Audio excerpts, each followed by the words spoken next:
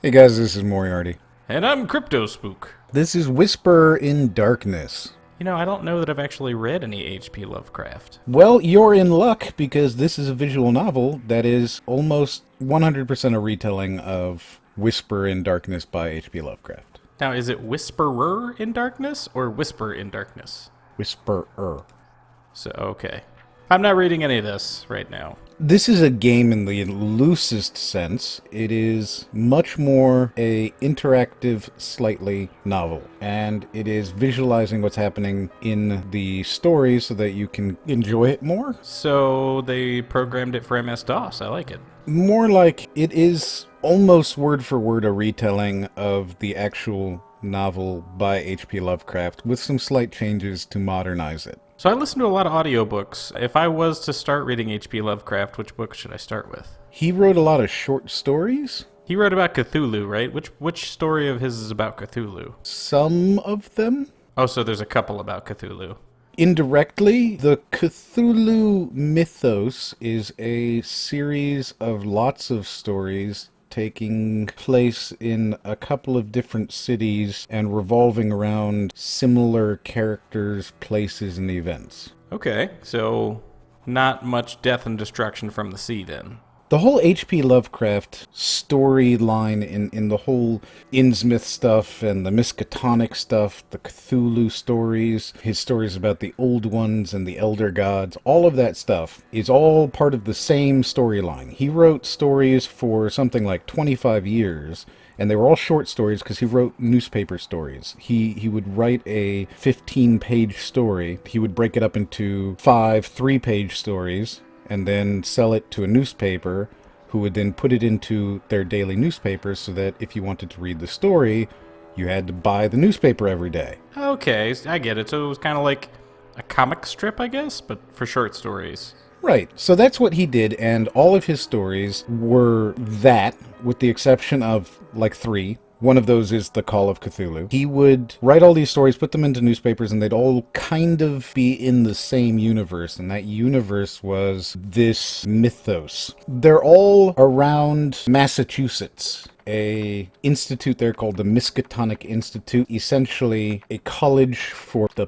paranormal. That sounds kind of cool. It's a really, really neat storyline, and what this is, what Whisper in Darkness is, one of his short stories that introduced a whole new kind of bad guy, a enemy of Cthulhu. Really? So Cthulhu's a good guy? No, by no means. In fact, here's the thing, there is no good or evil in this universe. They are so much more powerful that that would be like an ant calling a human good or evil. They're indifferent to our existence. Completely indifferent. If you can help us, great. We'll put you in a little ant farm and you can go ahead and scurry around. If you bite me, I squish you.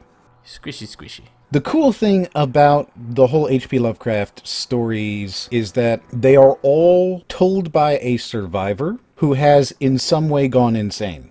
Okay, that kind of makes the stories seem a little bit odd and hard to believe. Exactly. H.P. Lovecraft loved the idea of a unreliable narrator. That's good. That makes you question the book as you're reading. Questioning everything, especially as he slowly becomes more and more and more and more insane. There's a story called Mountains of Madness. The narrator is very clearly completely insane when he starts to see giant penguins and starts to talk about giant barrel-shaped vegetables that walk around eating people. He becomes incredibly insane, but at the same time, the things that he says are later backed up. So, in the end of that book, the last 20 pages were all gibberish, right?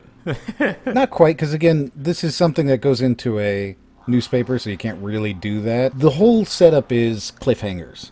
So Okay. every chapter ends on a cliffhanger. So you're saying M. Night Shyamalan was a huge fan? He probably was. In fact, everybody should be a huge fan of H.P. Lovecraft. He's fantastic. Absolutely brilliant stuff.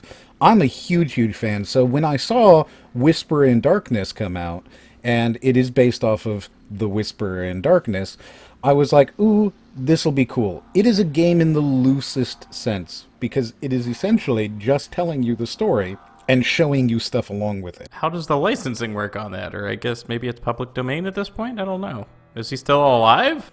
H.P. Lovecraft died in like 1920. Oh, yeah. Yeah, so Or 1924 or something like that. Penniless and alone. That sucks. That's kind of impressive that his work has held up this long then. So what is your opinion of this game? I think it's a book. So it's a book. It takes some of the more climactic moments. It gives you a little bit of interactivity that slowly reveals the horror of the situation. I think that small amount of interactivity makes the story a little bit better because you can control the pacing. For me, as a reader in a book, You're kind of stuck. I control the pacing myself, which means that I can just read very quickly through a whole page and miss any dramatic pause, miss any tension building. I guess. I don't know. I don't think that I can actually do that as a reader. I generally, if I don't understand something, my brain will automatically keep rereading it until I do, which sucks because sometimes I'll be reading and I'll just get lost in thought and my brain will just be there rereading the same sentence for like 5 minutes and then I'm like, wait, what? Why have I been thinking about this for 5 minutes?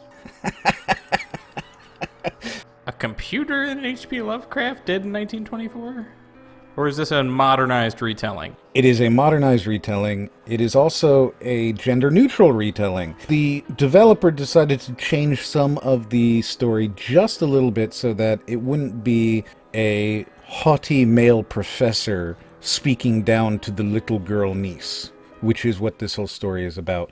A professor is writing the niece of a former colleague who has disappeared. Shown to you as visualizations of the various paragraphs in the letter. So every time it goes back to the big journal screen, that is actually the letter that he is writing to the niece. Oh, I thought that was the book that he was reading. I guess that does make the pencil scratchings make much more sense. All of these are little vignettes that are showing you what is occurring in those paragraphs, making it more immersive and pulling you more into the story. And it is a horror story. H.P. Lovecraft invented the horror genre. Really? There was no such thing as horror before H.P. Lovecraft. He can tell some very frightening stories. Modernization is really helpful because there are some things that just don't make sense to a modern person anymore, like the idea that you can't just drive into town because it's actually 10 miles away, and a 1920s car going 10 miles on a dirt road might take a day. That's crazy. I don't know, this is kind of making me think of, like, Orson Welles, which I know is a terrible comparison because they're completely different people, and I'm sure one inspired the other. But this, I don't know, just what it makes me think of. I'm glad that they decided to make a game based off of a book. Maybe that will help younger people enjoy literature more. And it is really good literature.